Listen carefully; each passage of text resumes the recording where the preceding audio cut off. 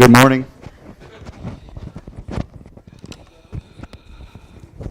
And sorry for the delay. We're not going to have PowerPoints this morning. Hopefully may not even have song PowerPoints. I don't know. The file system has reached its max size. Time for some cleaning, I guess. All right. I've been asking this question for the last couple weeks. Y'all should know what the question's going to be. So far, I appreciate the two people who have attempted it. What's the purpose of the class? Anybody else want to attempt it?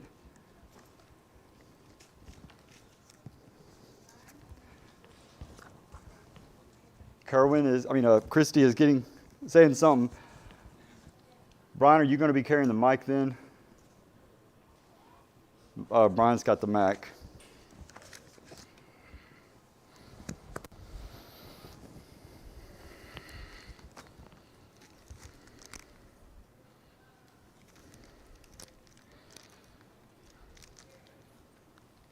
Anybody want to guess?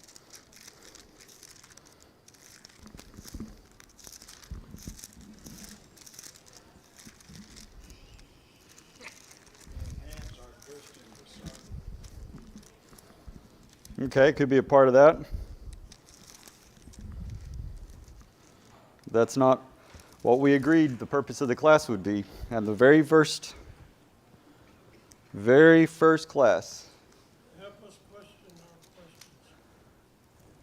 question our questions. Question our questions. Choices and decisions, okay. What specifically are we looking at for choices and decisions? Hopefully make the right ones. Okay. Ma'am, Patricia? The road you choose. The road you choose, The road okay. you choose. Yeah, we don't have the PowerPoint, but Patricia's remembering the you come to a point to pass in the poem by Robert Frost about, I had to make a choice, and which path do I choose, right? Anybody else want to try? Okay. I'm going to ask that question again next week. Hint, hint, wink, wink, nod, nod. Be prepared. You should put it on light posts. I have put it on light posts, and we talked about it for 2 months. The purpose of this class is to talk about how do these Bible characters, how did they make decisions, how did they make choices, and for we ourselves to recognize how do we individually and collectively make decisions and choices. I'm pretty sure you all would agree we make different choices and decisions, even in this group, right?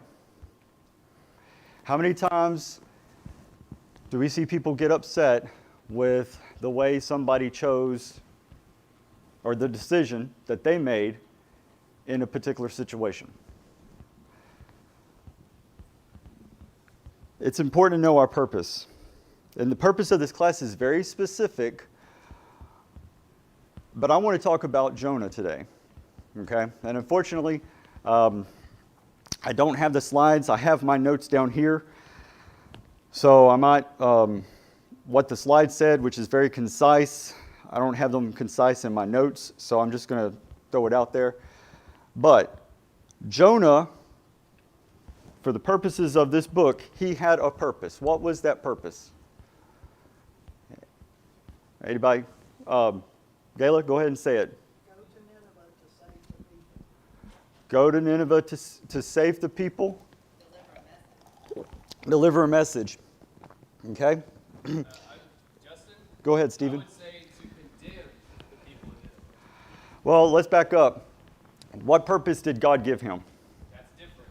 But what purpose did God give him? Because when we talk about here, we talk about what's our purpose. And we're going to get to that point here in a moment, Stephen. There's different purposes. God had a purpose. Let's go ahead and read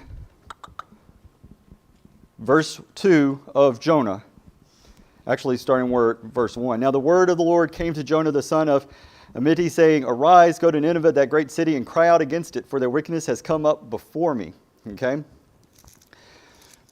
Strangely enough, if we look out at chapter 3, verse 2, after the incident in which Jonah is swallowed, verse 2 of chapter 3, "Arise, go to Nineveh, that great city, and preach to it the message that I tell you." So, preach a message, right? God's purpose for Jonah was to preach a message. And we're going to talk about there at the end of the book, when Jonah finally did that purpose, it seemed like he had a different intent about it. Okay? So Jonah has a purpose from God. God has been very clear. Go to Nineveh and preach to the Ninevites. Take this message. And God admitted what about the city of Nineveh? Stephen, you got it pulled up. What does it say about Nineveh in that chapter 1, verse 2? Wicked. Their wickedness has come up before me. Thank you, Mr. Bolin. Does anybody know anything about Assyria, which Nineveh is the capital of Assyria? Anybody know anything about the Assyrians and the Israelites and the political nature that they are in right now? Don't worry, I can't even keep up with this time period too.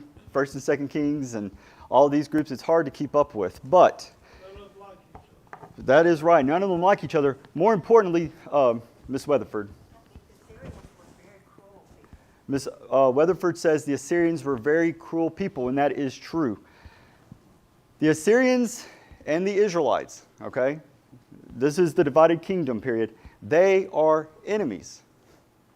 Now, the Assyrians are the big boys right now, okay? Babylon hasn't come along yet, but the Assyrians, for a while, they've been gobbling up all these little countries around them. Strangely enough, if you turn to 2 Kings chapter 14, 23 to 29, Jonah is actually mentioned there. And it is during this time that there's a bad king in Israel, and even though he's bad, God lets him, basically he gives peace from the Assyrians. Up to this point, the Assyrians have been attacking the Israelites, and they've been getting little bits of territory. But during Jonah's time, the Assyrians actually have some bad kings themselves who are pretty weak. When you have a weak leader, especially back in that day, when the king was the man that made things happen, or didn't, if you had a weak leader, what would happen to your country? Contract. And here the Israelites, even though they have a bad king, they're expanding. So think about that political situation. Think about it from Jonah's perspective. Here is my country, Israel, and we're doing good. And that city, who is evidently more wicked than my country, right? Was Israel wicked? Head shakes, yep, yes. And I mean, there were some good people, but every one of their kings, if you read through 1st and 2nd Kings, every one of their kings was bad. But Nineveh is even worse. So here's Jonah. Here's my country. Why do I want to go preach to the enemy of my country so that they turn around and become good? What do you think that could mean if I preach to the enemy of my country, repent and God will prosper you? What does that mean for my country? What do you think now Miss Weatherford hits it on the nail or brings it up. The Assyrians were very cruel people. I mean, they didn't just win battles, but they conquered. And they made sure you were aware that they conquered. So if they're prospering, what are they going to turn back right around and do to Israel? Hey, we're back, and we're back with a vengeance. So think about that in Jonah's mind. Think about it in your mind. Think about if God was talking today. Choose some country that America is an enemy of, or a group. And God said, go preach to those people. How would you feel? We're going to see how Jonah feels here at the end of the book, but we definitely see what he does right off the bat. What does he do? Runs away in the exact opposite direction. So when we have a purpose, and granted, God is not speaking specifically to us today to say, this is your exact purpose, this is your mission in life. So I think there has to be some self-discovery of that for a specific purpose, right? But God certainly does give us a general purpose. I think of James 1:27. Mr. Bolin will have the mic. I guess, Stephen, you're doing the mic now, or we're just passing around? Okay. But I think of James 1:27, where it talks about visiting the orphans and the widows and keeping yourself unspotted from the world, right? That's a general purpose. And there's others, their Great Commission, which we talked a little bit about last week with Mike's comments. But going into the world, preaching and teaching, that's a general purpose. But when you know your specific purpose to do God's work, how are you going to feel about it? And can you be like Jonah and run away from that purpose? And Mr. Bolin. Well, I'm sure I think quite different than a lot of people. But if I was told today to go to another country and preach to them, excuse me, I would feel like a hypocrite, knowing how wicked our country is today. I don't know that I should be going somewhere else and preaching. Need to be preaching to our own people. You know, it's interesting. I heard, and I can't remember his name. Heather, you were there. But somebody once made a comment. Did Christianity start off in America? Where did Christianity start? I can't hear y'all. Middle East. Jerusalem, okay? And then it spread, right? And it's been spreading. And then it went to Rome, and it went to France, and eventually came over to the United States. Now, where is Christianity spreading? Africa. India. China. Heather spent 10 months in China. And the point, and we don't know if the future, what the future entails, but the point is there are people in those places that are receptive for Christianity. Is it possible that one day those countries, because we have laid the building blocks for Christianity, are sending missionaries back to America? Think about that. So, and Mr. Bolin, that's a good point. Maybe some of us would feel that way. But again, kind of going back to the collective, we'll have Paul first, Stephen. He put his hand up. But we collectively as a group, maybe that's why we need to make sure, hey, who can go over to these other places? Just like Brother Bearden was going over to India for so long, to get them in a good spot so that if the wickedness takes over here, or is taking over here, now they can do the same back to us in who knows how many years. Paul. You know, it's interesting when you think about the spread of Christianity in the early years, it went throughout the known world. So that also would include the continent of India and the continent of Africa. Mm-hmm. So it went throughout there. But then eventually it made its way over to the United States. And then Christianity kind of died down in a lot of these countries. And so basically we're just doing a complete circle again of evangelism, the world. It's a continual circle. So yeah, it's very possible that at one point in time, missionaries from outside the states could be coming here to evangelize this country. An ebb and flow, just like anything else we see in life, right? And Stephen, you had a comment? Yes. To Mr. Bolin's point about not wanting to go to another country and stuff, I don't know what God told Jonah, but look what Jonah's message was. Yet 40 days, Nineveh shall be overthrown. So if the question was posed, if you could go to another country and tell them y'all are about to completely be destroyed with a grin on your face, would you want to do it? And that's the difference that I was mentioning for his purpose. He probably enjoyed saying that. And then right after that, in chapter 4 is where he's like, I didn't want to go because I knew you were going to be gracious, right. God. So hold on that point. You're getting ahead by about 4 or 5 points. But all right. So Jonah runs away. He knows his purpose. He runs away. Do we know our purpose? Do we choose to run away? And I say choose, but really, in my opinion, he decided here the choice, and we'll talk about that at the very end, about his choice of attitudes that led him to take all these actions, okay? But there was an honest streak about Jonah. And I will give Jonah this. He was honest, right?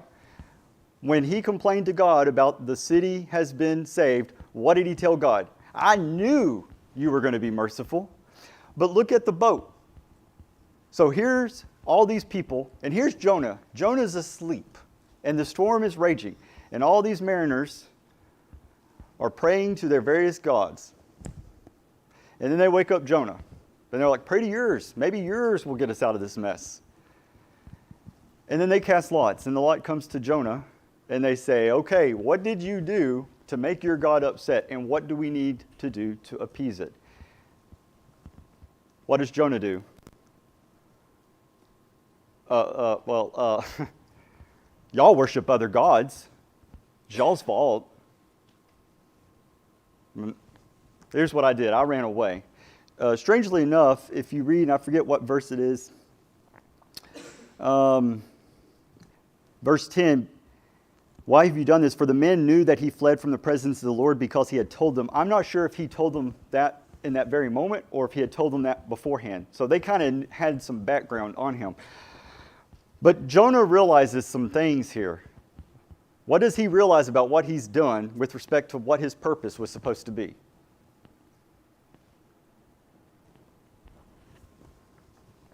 Open question. I'll let anybody answer it. We got plenty of people who can. What did Jonah realize that he had just done with respect to what God had told him to do? He didn't fulfill it. He knew what he was supposed to do. He knows this storm is because of him, and now he's honest enough to admit that.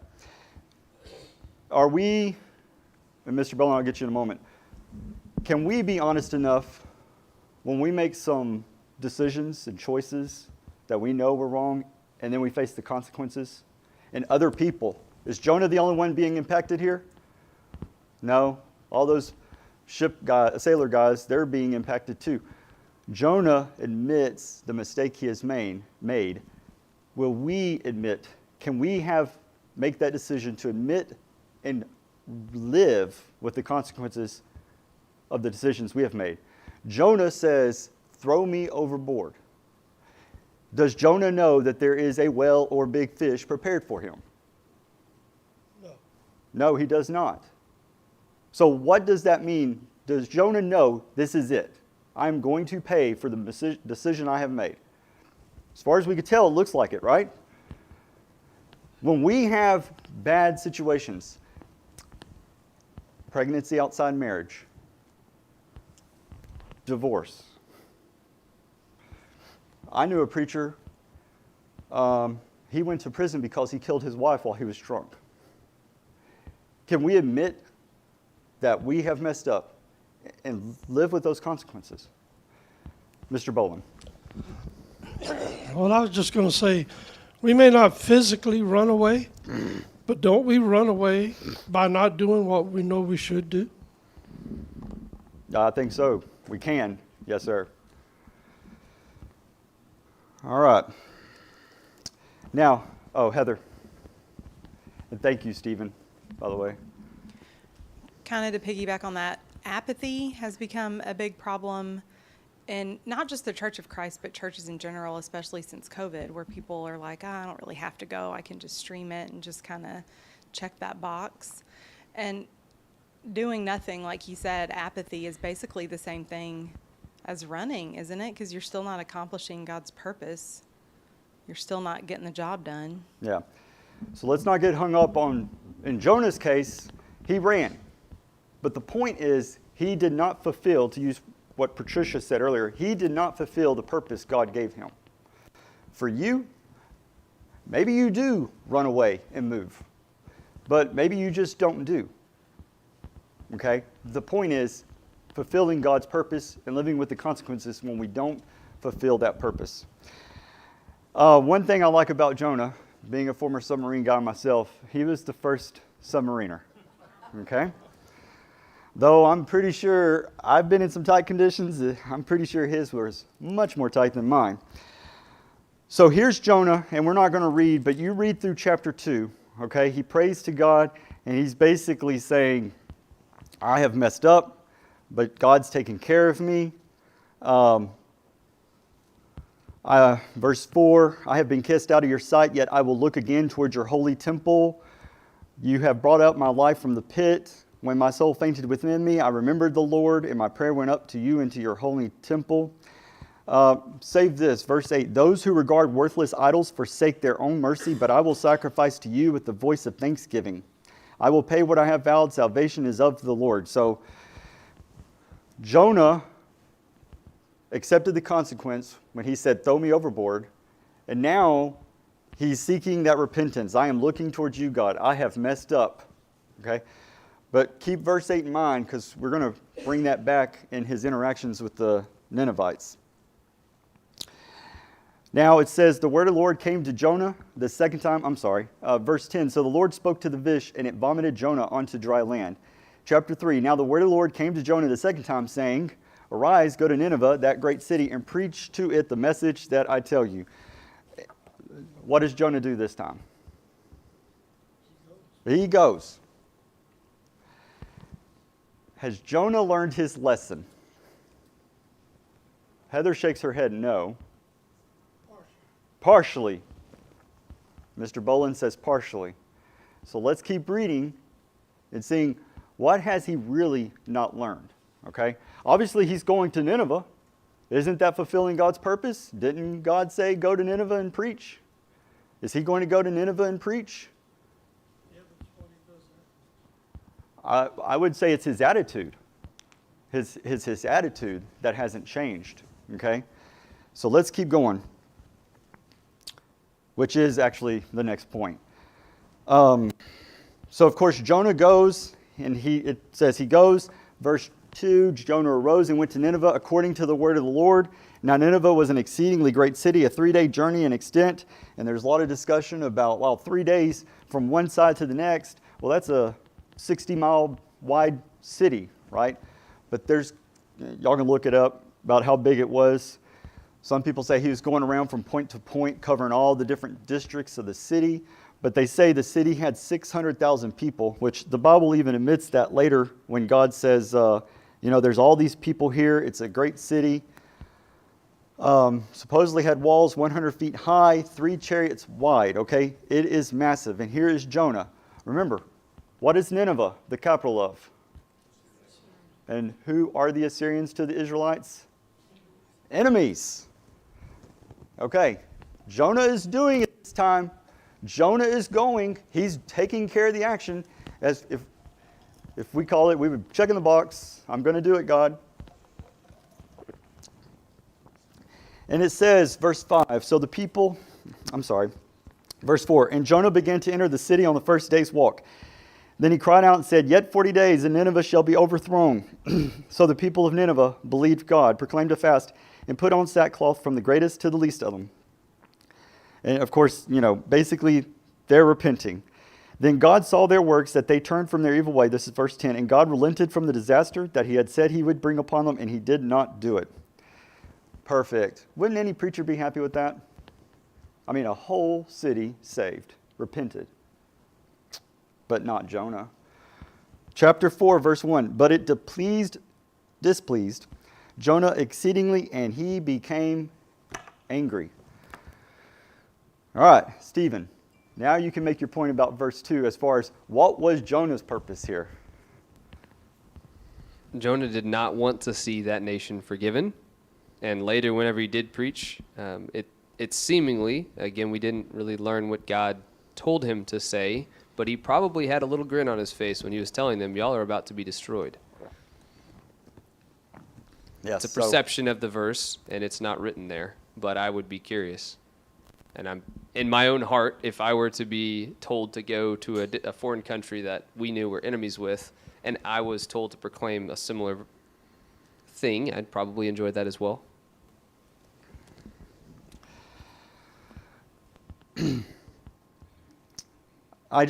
I find it interesting.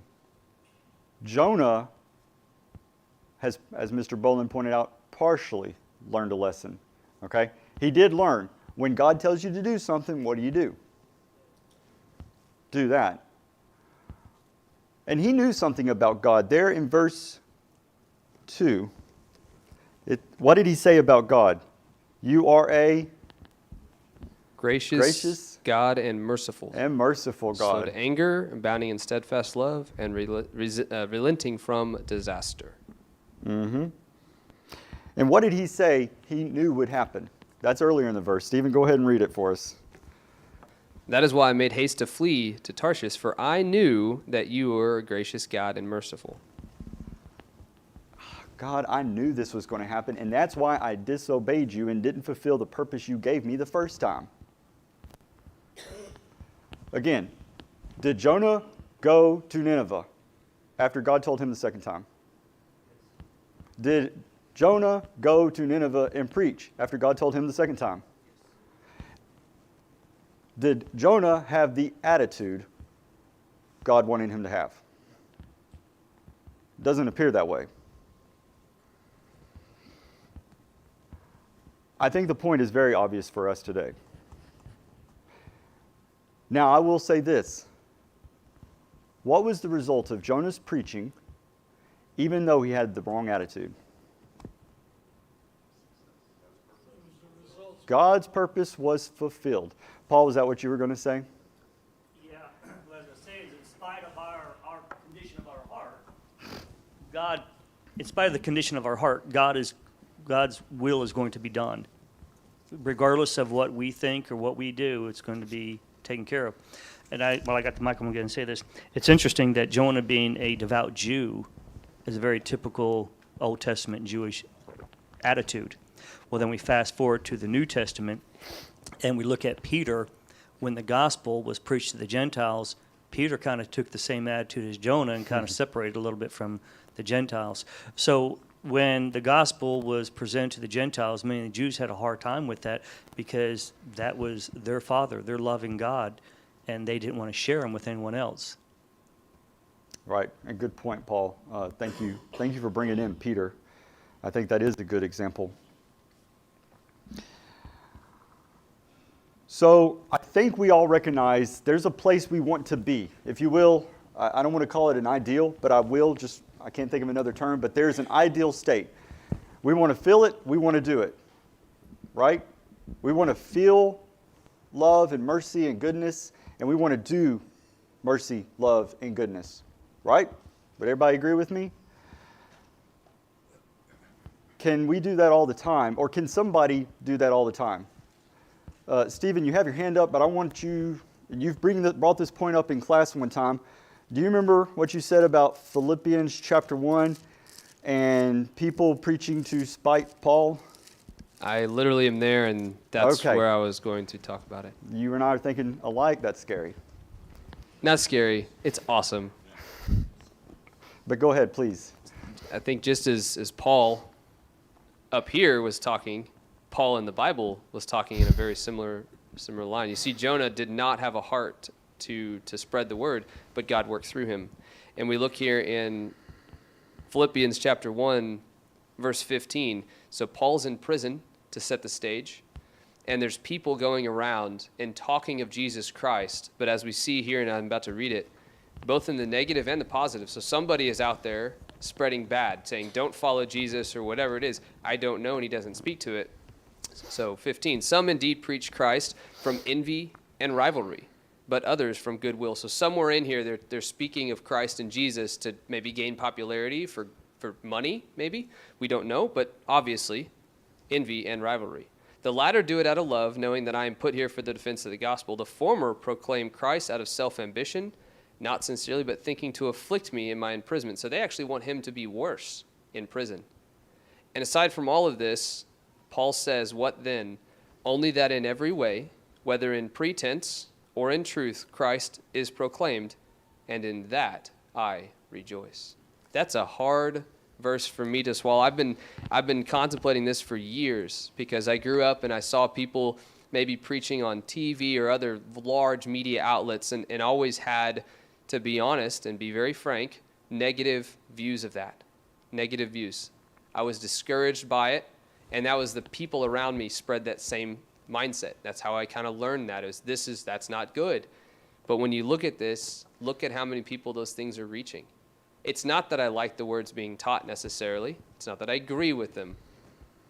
But Paul makes a point as he's in prison being essentially afflicted because of people speaking it. What then? Only that in every way, whether in pretense or in truth, Christ is proclaimed, and in that I rejoice. That's hard. Mm-hmm. And Jonah faced the exact same predicament. He did not have the heart to teach, but through him, God still worked. And in that, I rejoice. For me, the moment, I remember one time talking about different translations of the Bible, and we'll say, well, we shouldn't use this one. Or I say we. Folks would say we shouldn't use that one, or we should only use this one. And the comment was made, as long as the person has a Bible of any translation, at least they're learning about Christ, whereas they didn't have any means to do so previously. And that gives us an opportunity to then take them, hey, this passage is translated incorrectly, right? Now we have a starting point because now they know about Christ. We mentioned Jonah. Jonah has thrown it out there. God, you're a loving God. I knew this would happen. You're a merciful God. I knew this would happen. That's why I didn't go the first time. I'm upset. I'm angry. Does God say, I'm done with you? What happens there in chapter 4? See, there's actually two miraculous, if you will, events that happen in the book of Jonah. In VBS, we'll talk about the big fish or great whale. But in chapter 4, Jonah has to be shown another lesson. Right? He goes out on the city, or goes outside the city, and he waits for the 40 days. Now, if you take the Bible text on its face, when you read verse 4 of chapter 3, and it says, Jonah began to enter the city on the first day's walk, and then I don't know if the people immediately or pretty close thereafter turned to God, or if it was like day 39 when they said, hey, we need to repent. I don't know. So in other words, I don't know if Jonah went outside and sat on a hill outside the city for a day or for weeks. But he's waiting to see some death and destruction happen to this wicked group of his nation's enemies. I mean, he's committed, isn't he? He wants to go sit out there. And he's out in the sun, too. Stephen, you talk about as he's preaching with a smile, condemning. Now he goes out and he's going to see what happens. And what does God provide? Shade. Verse 6 of chapter 4, the Lord prepared a plant and made it come up over Jonah, that it might be shade for his head to deliver him from his misery. So Jonah was very grateful for the plant. Here's a very grateful person. But he has a wrong attitude about other people, doesn't he? It's interesting how we can have some good qualities and let others, we're not focusing on improving upon them. But anyhow, as morning dawned the next day, God prepared a worm, and so it damaged the plant that it had withered. And it happened when the sun arose that God prepared a vehement east wind, and the sun beat on Jonah's head so that he grew faint. Then he wished death for himself and said, it is better for me to die than to live. Jonah, man, he's so dramatic when things don't go his way, because he said that in verse 3 of chapter 4. He said, now therefore, Lord, please take my life from me, for it is better for me to die than to live. I preached as you wanted me to. All these people repented. God, just kill me. That's not what I wanted. And now here he is again, another lesson. Why do y'all think God prepared the plant and the worm? Did God prepare the plant to make it comfortable for Jonah? No, he's got to do another lesson with you, boy. So here we go. But what does Jonah do? Just kill me. You showed mercy to those people. Now I'm out here. The sun's beating down on my head. Just kill me, God. I'm miserable. What a prophet. Stephen had a point. I think you had your hand raised up, Stephen? I did, yes, sir. That phrase that he uses over and over again, it is very dramatic. No disagreement. But I've often also wondered, if you think about it, and we've kind of talked, and T's mentioned his heartfelt thoughts and mine as well about going to one of our enemy countries, and you mentioned it, right? Interestingly, I'm kind of curious if some of that mindset from Jonah may have been from this perception. His countrymen probably know where he went because he was on a ship going there. And he went and talked to the enemy, and the enemy has now been forgiven. What are the countrymen to think of Jonah as the messenger? For him, he may be coming back and, tar and feathered, right? It's like, what are you doing going and messaging to them? T's point is, I think, 100% valid. Why were you not talking with us? Like, why did you not work with God to save us or to minister to us? So potentially, the thought there, for it is better for me to die than to live, I wonder if there's any mindset of how will my country view me as well. That's a good point. It made me immediately think of Jesus, right? Who went and ate, even his apostles, they didn't do it as bad as the Pharisees, but his apostles, I think of the Samaritan woman at the well, what are you doing with her, right? So that's a good point, Stephen. Paul. I'm going to go ahead and jump to verses 9, 10, 11, so I do apologize. Never really thought about it this way until start thinking about it in this class, but thinking about Stephen's comment, if you read verses 9, 10, 11, and Jonah is upset because the plant, and God asked him, why are you angry about this plant? You didn't toil, you didn't labor, you didn't do anything for this plant. But then in verse 10 it says, but the Lord said, you have had pity on the plant for which you did not labor for. And should I not pity, in verse 11, Nineveh, the great city in which are more than 100? So I got this idea that this is God's creation, his investment, his plan, his everything. And who am I or Jonah or anyone else to say, no, the gospel should not go there, or they should not have an opportunity to preach? And who am I? This is, like when he talked to Job. Were you there when I set the stars in order? Mm-hmm. And man, so that's the answer, Stephen. I think that's the answer right there. It is my creation, and I care for Nineveh as much as I care for Israel. Yes, sir. Good point, Paul.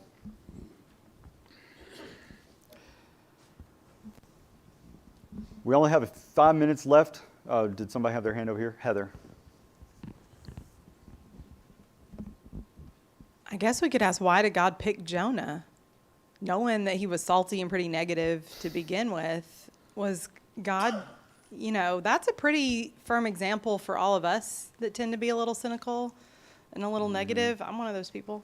That God will use it, and he's going to keep teaching us lessons until we get it.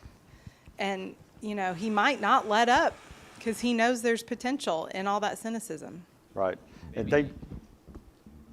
Maybe he used that cynicism because he said, hell, this guy's going to go and make it sound a lot worse than it really is, because he's dramatic and cynical. And I appreciate that, Heather.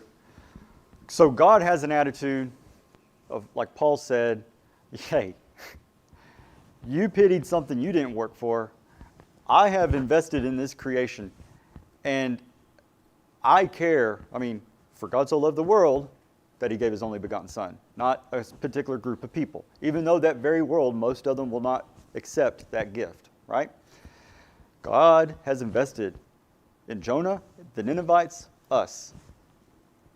God's attitude of mercy, which Jonah acknowledged, I think we all acknowledge. Jonah saw that attitude, but he didn't have that attitude in himself. And yet, God picked Jonah and kept teaching him. Again, at least 2 times that we see here.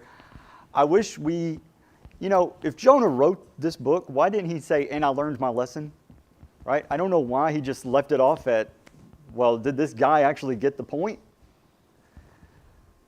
Which to me says, sometimes we make decisions with wrong attitudes, okay?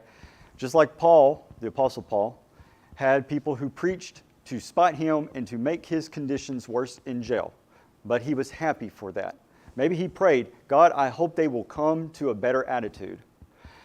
I think the point for us is sometimes when we talk in our classes, or our expectations are, here's the ideal, and boom, that's what we need to be. But then we don't really cover the, if you will, process to get somebody there. If somebody is coming in to the church building, and right now it is truly a check in the box, saying up here that that's a wrong attitude, do you really think they're going to have a change of heart? I don't think so. How do we engage with that person? Are you engaging with that person to say, let's work? What is the ideal? What's the ideal for you? Well, here's what we read in the Bible, and get them up to that process. Again, Jonah, given 2 lessons at least. Okay? And I still don't know if he learned the point. We don't have that written. But God used a process to get him to understand, here's my attitude, and this is the attitude you're supposed to have. We didn't mention it. I'll mention it very quickly because we kind of went over it. But back in chapter 2, verse 8, those who regard worthless idols forsake their own mercy. That's while he was in that fish or well, praying to God, save me. Hey, he's kind of already preparing his attitude for what's going to happen with the Ninevites. They worship idols. They're not going to get your mercy, but I will. Guess who has that same choice today? Jonah's been dead for a long time, hasn't he? So guess who has that choice today? We do, says Mr. Bolin. Now, I think we all recognize we can either preach to save or we can preach to condemn. I think we all recognize that. But I do think there is something else here that we need to look at. Getting a person, whether they're a new Christian or an older Christian, from a, if you will, worldly attitude, whatever it may be, selfish, unmerciful, ungraceful, not grateful, to, like God, forgiving, turning the other cheek, being grateful in all things, not grumbling. There's plenty of even New Testament passages that say that. Rather than just saying, that's the ideal, that's the ideal, that's the ideal, get to it. How can we work with people like God worked with Jonah to improve his attitude? That's the question I leave for y'all to answer in the upcoming week. Anybody have any comments before we close out on Jonah and Scott rings the bell? Okay. Stephen. Sorry. Go ahead, sorry. The process you speak of, I often go back to the New Testament, and we see many opportunities where Jesus was able to help leave someone with a change of heart, address situations in their lives, and essentially go back or go forth and sin no more, right? We hear that a lot. But we don't actually hear the ends of the stories of the times that he eats and drinks with the sinners, the tax collectors. Even the Pharisees and Sadducees, again, when they're talking about John the Baptist, and they kind of finish up and say, look at John, he didn't associate with these people, and then Jesus did. You're a glutton and a drunkard. They're watching Jesus go into these homes and eat with these sinners. We don't hear the ends of that. What happened with the sinners? That's more than one, so maybe a group of them. Who was in Zacchaeus' home? We don't know. What was the end of these stories? That all of those tax collectors go, I'm going to pay back everybody. We don't hear any of the ends of those stories. Did Jesus walk out of that home from dinner and all of their hearts and minds changed? Or did he walk out of that dinner and all of the people going, I want that? Why? Where's his joy coming from? Who is this? We don't know, but we don't hear the end of the story. Mm-hmm. And I think it's that way across the board in so many areas for us. There is a process, and sometimes we don't get to hear the end of the story. But we feel like if we don't see the end of the story, it was a fail. Right. And there's many opportunities to spin off that into a whole different topic, which we won't get into. But with that said, don't have the slides to show it, but Gideon, we'll talk about Gideon next week. So think about how many times did Gideon have to be reassured, God, just one more time, I want to test, make sure you're with me, do it this way. Okay, now do it the other way. Look at when Gideon was called. He had to go clean up his dad's house. They had idols there. He had to go fix that before he could go save Israel. But then guess what? After he saves Israel, guess what Gideon gives into? I forget what it is now. Actually, hang on. Nope, I don't have it. But they get these idols, and he brings it home, and his family starts worshiping idols. This is Gideon. So after he cleans Israel's house, guess whose house he lets go away? His own. And then we're going to talk about Gideon continually choosing God when he tore down his dad's altar, when God says, hey, take 3, that's too many guys in your army, narrow it down even more, 300, okay, you're going to go battle an entire army's worth of guys with 300 people. And then, this is very telling, at the end of his life, the people say, Gideon, we want you to be king. And he says, no, I'm not your king. God is. No matter the mistakes Gideon made, he did choose God throughout his life. So be looking at him, and we'll talk him next week. Y'all have a good week. I was asked to give an announcement prior to the break of this. It says, please say now. There is a jar of flowers for all of the moms on the round table in the back. So if you're a mom, not a dad, if you're a mom, you can get flowers.